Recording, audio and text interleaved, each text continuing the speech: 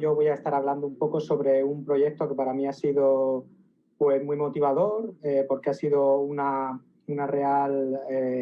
sido realmente complicado, ¿no? el conseguir suficientes socios para realizar esta investigación. Y ha sido un proyecto dentro del MIT Teaching Systems Lab, donde hice mi postdoctorado y con los que todavía colaboro. Ha habido muchas personas involucradas, especialmente instituciones, por ello, en primer lugar, me gustaría agradecer a todas las instituciones que han estado involucradas, que luego iré presentando poco a poco. Pues como digo, ha sido un proyecto a gran escala, pues donde ha habido mucha involucración de investigadores, de instituciones, que ha facilitado hacer una investigación muy interesante. Entonces vamos con ello, con una primera breve investigación sobre el área de MOOCs. Una de las razones por las que la aparición de los MOOCs fue especialmente interesante para los investigadores en el contexto educacional fue que por primera vez teníamos acceso a datos a gran escala de estudiantes que estaban ubicados por todas partes del mundo. Esto ayudó a que se generara gran cantidad de estudios. Sin embargo, la mayoría de estos estudios estuvieron centrados en el moderado de estudiantes con aproximaciones algorítmicas, fueron estudios observacionales en vez de estudios experimentales donde pudiéramos probar o desprobar ciertas hipótesis. Además que tenemos la problemática de que la anonimidad de todos estos entornos pues hace que se decrezca un poco la confianza que podemos tener en los datos que vemos, ¿verdad? Y por último, además, es que tenemos unas cantidades ingentes de diferentes cursos y de factores humanos que hace realmente muy complicado generalizar. Hemos de resultados de un estudio a otro y no sabemos, muchas veces se contradicen y no sabemos cómo generalizar entre estos estudios. Entonces, en este trabajo nos hemos centrado en buscar patrones, cuáles son los patrones universales o contextuales. Y el desafío que teníamos era, pues como había dicho, que la mayoría de los estudios que tenemos están centrados pues, en pocas cantidades de cursos, en unos pocos cursos, o quizá en muchos cursos, pero de un solo proveedor, como podría ser edX. Por otra parte, tenemos estudios de revisión de la literatura en el entorno de MOOCs, donde no se pueden evadir los problemas metodológicos de que para obtener esos resultados se han seguido distintas aproximaciones y eso hace que esos resultados pues, no sean comparables. Eso hace que sea complicado obtener esas conclusiones de más alto nivel para establecer cuáles son esos patrones universales o contextuales. Y además, por último, ha habido la mayoría de la investigación que ha habido en entornos de MOOCs ha estado muy centrada en aquellas plataformas que son las principales de los países angloparlantes, como pueden ser pues, edX, Coursera, FutureLearn en Reino Unido, entre otras. Este trabajo nosotros lo hemos enmarcado dentro del área de macro. Originalmente fue Buckingham Shand que hizo un mapeo de 3 escalas dentro del área de Learning Analytics o analítica de aprendizaje, en la que tenía los 3 niveles, el macro, el meso y el micro. Posteriormente, esos 3 niveles se mapearon con el Learning Analytics aplicado a MOOCs. Y en este contexto, pues veíamos que a nivel micro, pues estamos obteniendo resultados que son interesantes o que pueden informarnos a nivel de estudiantes o a nivel de clases. A nivel meso podemos obtener resultados que nos informen a nivel global de institución. Y a nivel macro podemos tener resultados que nos informen a la comunidad entera, en este caso la comunidad educacional entera, pues interesada en todo el área de MOOCs. Es por ello que nosotros enmarcamos esta investigación dentro del área de macro MOOC Learning Analytics. Originalmente, pues, los MOOC que tenían como objetivo pues, poder educar a gran parte de la población a distancia a una escala macro. Sin embargo, la investigación ha sugerido en su mayor parte que en la mayoría de las ocasiones los estudiantes que están accediendo a estos cursos son realmente estudiantes que ya tienen una educación y que viven en países afluentes.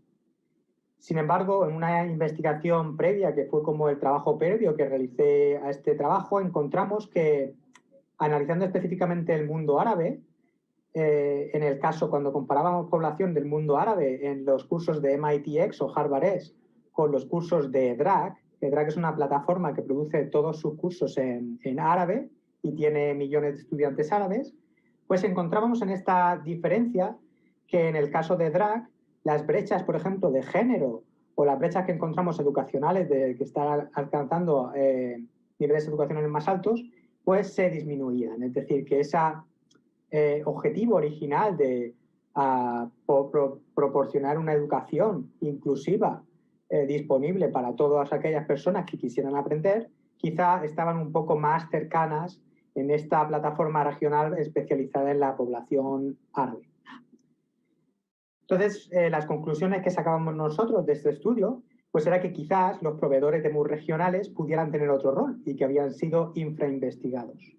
Por ello, queríamos aumentar la escala de esta investigación e irnos a un nivel superior, comparando proveedores globales y regionales, pero con mayor cantidad de ellos.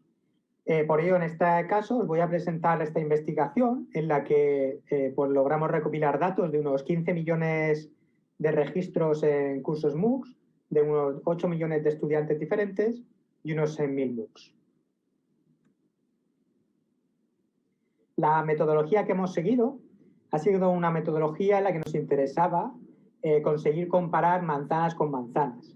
¿Qué quiere decir esto? Que uno de los desafíos que había comentado antes era que como cada estudio sigue una metodología diferente, luego es muy complicado el ser capaces de comparar estos dos estudios. Aunque estén intentando medir lo mismo, si la forma para llegar a medirlo ha sido diferente, puede ser que difieran, ¿vale? Y por eso es muy complicado compararlos. Por ello, en este caso, hemos aplicado una metodología de replicación en la que hemos hecho exactamente el mismo análisis en todas las plataformas. Entonces, ¿cómo hemos conseguido esto? Pues por una parte lo que hacemos es definir una serie de variables comunes. Por una parte tenemos una serie de variables demográficas en las que tenemos la nacionalidad del estudiante, su nivel educativo, su sexo y su edad. Y por otra parte tenemos unas variables de comportamiento, de participación, donde tenemos si el estudiante ha visto el curso, si lo ha explorado, que es ver la mitad del curso, o si lo ha completado, que es alcanzar una nota para aprobarlo. Posteriormente, el procedimiento que seguimos fue el siguiente. En primer lugar, lo que hicimos fue lanzar una llamada de socios en la que intentamos hablar con diferentes investigadores o instituciones que tenían acceso a gran cantidad de datos procedentes de su portfolio de MOOCs que estaban enseñando. Por una parte, estuvimos hablando con colegas que ya conocíamos previamente, es decir, que ya sabíamos que tenían acceso a esta posibilidad, pero por otra parte estuvimos haciendo lo que se llama las llamadas en frío, ¿no? A la puerta, en este caso las llamadas en frío, mandando emails a personas que sabíamos que trabajaban en MOOCs para ver si estaban interesados en colaborar con nosotros en esta investigación. Una vez que habíamos constituido este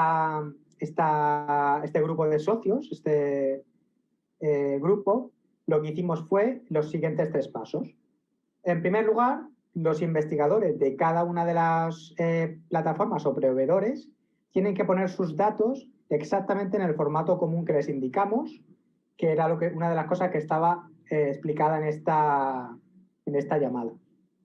Pero básicamente es un formato en el que tenemos una fila por cada estudiante con estos datos demográficos y de participación, y que es muy fácil para las plataformas de MOOC ponerlos en este formato.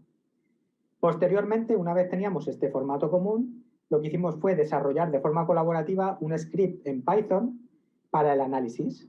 Este script se lo pasamos a cada uno de los socios, ellos lo ejecutan dentro de sus datos. Ese script lo que genera es una serie de datos agregados a nivel de la plataforma globales, en la que no tenemos información, datos a nivel de estudiante individual y por lo tanto no es sensitivo.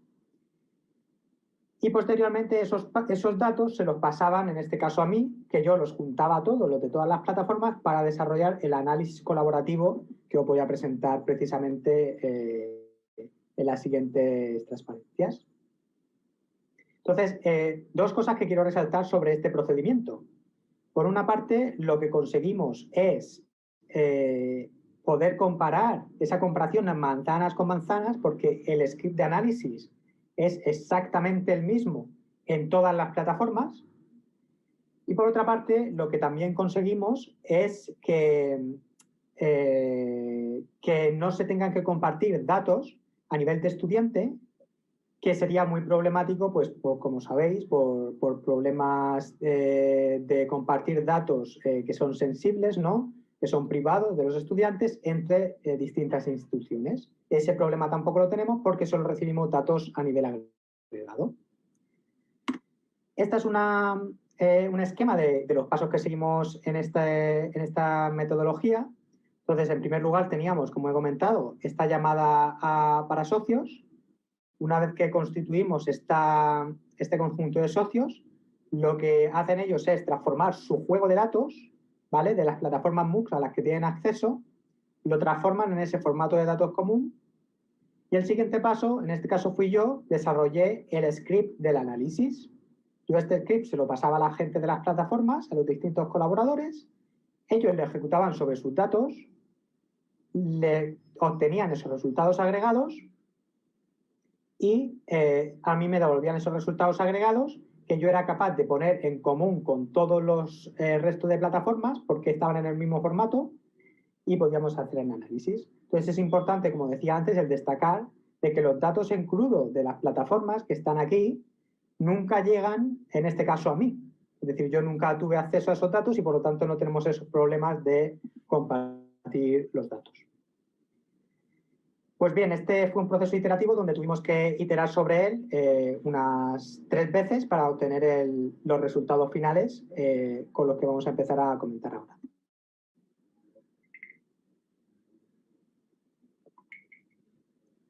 Conseguimos recuperar datos de 15 plataformas de MOOCs diferentes que tienen alcances diferentes. Entonces, por una parte, tenemos una serie de plataformas de MOOC que tienen una audiencia más global, que todos los cursos que tienen, o al menos la gran mayoría, son en inglés y que están pues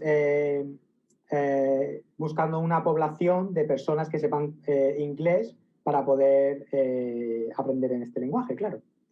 Entonces, por una parte aquí teníamos HarvardX, teníamos FutureLearn, teníamos la Universidad de Colorado Boulder en Coursera y teníamos OpenSAP, que es la plataforma de SAP. Por otra parte, teníamos una serie de cursos que tienen un foco mixto. Entonces, por este foco mixto, lo que queremos decir es que tienen algunos cursos en inglés, pero también tienen una gran cantidad de subcursos en un idioma local para una población más local a la que se están intentando dirigir. En el caso, tenemos el caso de OpenHU, que es la plataforma de las Naciones Unidas, que tiene cursos en múltiples lenguajes. Tenemos OpenHPI y MOOC House, que tienen cursos también en alemán. Tenemos Hack Paris, que tiene cursos en francés y está en Coursera. Tenemos la Universidad Pontificia de Chile, que tiene cursos en español. La Universidad Autónoma de Madrid, la Universidad Politécnica de Valencia, en edX, que tienen los cursos en español. Y por último, tenemos luego aquellas plataformas que tienen un foco muy centralizado en una región o una localidad específica. Entonces, en este caso teníamos el DRAC, que ya os he comentado, que tiene todos sus cursos en árabe. Tenemos la plataforma local de UPVX, es decir, de la Politécnica de Valencia. Es una instancia separada de OpenEdX, en donde tienen cursos solo en español o en valenciano. Y luego teníamos Chuetang, que es una plataforma solo con cursos en chino. Estos son los datos globales que obtenimos de cada plataforma. Entonces, estos son ahora los resultados que obtenimos. En primer lugar, los resultados sobre el país de procedencia de los distintos estudiantes. En esta visualización lo que podemos ver es en cada uno de los proveedores, podemos ver en las barritas aglomeradas estas, el porcentaje que representa ese país con respecto a la población total del proveedor. Entonces, básicamente, pues en este caso, FutureLearn, UK, Reino Unido, representa un 30% de la población de estudiantes que tienen, ¿vale? Entonces, una de las cosas que encontramos aquí es que había ciertas similitudes entre los diferentes proveedores globales. Por ejemplo, FutureLearn, que está centrada en Reino Unido, y MIT Harvard, que está centrada más en el público estadounidense, pues vemos que uno tiene 30% de público de Reino Unido y otra de 30% de público estadounidense. Además, vemos que otras plataformas, que las mismas plataformas tienen de público mayoritario ciertos países, como pueden ser pues, Canadá, India, UK, Brasil, USA, y eso lo hemos repetido en todas las plataformas, ¿vale? En la mayoría de las plataformas, lo que es otro patrón interesante que observamos, ¿no? Sí que vemos ciertas diferencias muy interesantes cuando vemos ese foco a un nivel más regional. Por ejemplo, tenemos Hackparis o PUC que están en Coursera y aún así, a pesar de estar en una plataforma global, como están enseñando esos cursos en el idioma local, pues vemos que hay una gran población, en este caso de Francia, en Hackparis, y en el caso de PUC de Chile y también del resto de Latinoamérica. Por otra parte, vemos también la de la Politécnica de Valencia y la Autónoma de Madrid, en edX, que sucede algo similar, ¿no? Tenemos aquí una gran población de España, pero aún poblaciones también muy significativas de Latinoamérica. Y esto nos lleva a ver otro patrón interesante, y es que el foco regional cambia cuando lo comparamos en estas que están situadas en los proveedores globales con respecto a los regionales, porque, por ejemplo, la plataforma de la Politécnica de Valencia, que es local y no está en edX, sino que tiene su propia plataforma, vemos que la gran mayoría de la gente viene de España y no tanto de Latinoamérica, que es una diferencia significativa si lo comparamos del 1,11% al 76%. Entonces, el hecho de estar en edX está influyendo importantemente en la población que está atrayendo.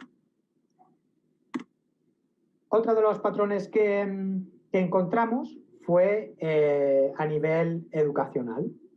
En este caso, lo que estamos viendo es el porcentaje de estudiantes que tienen una educación por debajo de la universitaria, que tienen una educación de un grado, tienen una educación de máster o de doctorado.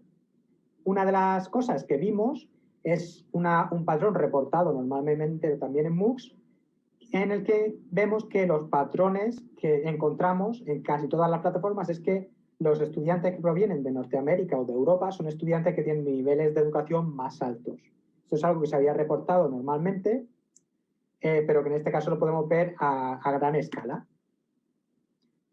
Hay unas diferencias entre las plataformas que atraen estudiantes con menores niveles de educación. Por ejemplo, podemos ver OpenShop, en la que está atrayendo estudiantes que tienen un grado o un máster, pero pocos estudiantes sin educación universitaria o con doctorado.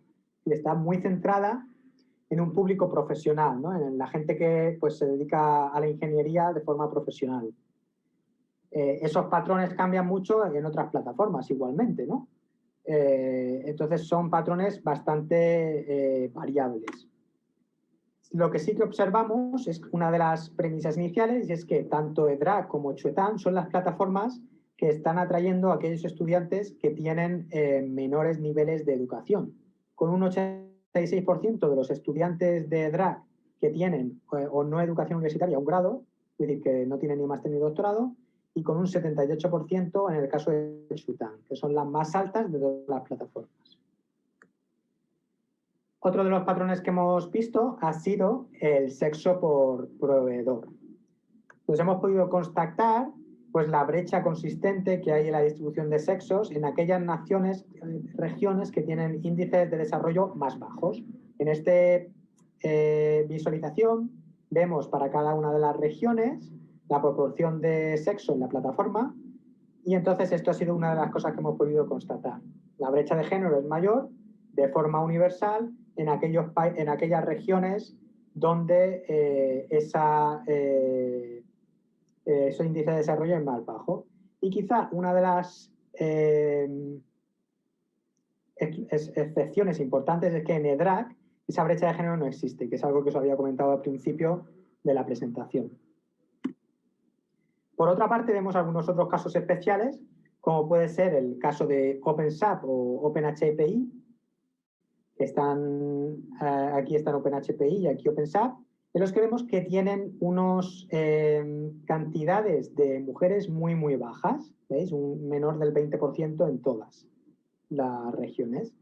Y esto es parcialmente debido a que ellos se centran mucho en cursos técnicos y en general las mujeres se registran mucho menos en cursos técnicos o de STEM, de ciencia. Y por ejemplo, otra de las cosas interesantes que vimos que es en OpenWho, que es la plataforma de las Naciones Unidas, perdón, de la Organización Global de la Salud, antes creo que también había hecho Naciones Unidas, vemos una distribución un poco variante, por ejemplo, con el mundo árabe teniendo una gran cantidad de mujeres, etc. Que es también debido a que al ser una organización global, pues esa diversidad se ve un poco más enriquecida. Por último, el patrón final que os quiero mostrar es de la distribución de edad. En cada una de estas barritas, de nuevo vemos los proveedores y vemos la distribución de edad con esta escala de color. La más oscura indica los más mayores y la más clarita indica los más jóvenes. Y con esto podemos ver pues, la proporción de edad en cada una de las plataformas. Entonces, una de las cosas que observamos es que los bloques más comunes eran pues, de gente jóvenes profesionales, ¿no? Entre los 26 y 35 años en todas las plataformas, excepto en OpenHPI, que está centrada en una población más, pues un profesional a mitad de su vida. Y en EDRAC, por contrario, veíamos que la población más prioritaria era la población más joven, entre 18 y 25 años. Entonces, algo que observamos en general también era que, de nuevo, tanto en EDRAC, si juntamos pues, estas barritas, vemos que son con diferencia, son los que tienen las poblaciones más jóvenes, EDRAC y Chuetan. Entonces, de nuevo, las plataformas regionales pues, están alcanzando a poblaciones bastante diferentes. Pensamos que esto puede estar relacionado pues, con las competencias digitales y el nivel de inglés que pueden tener en función de estos distintos intervalos de edad.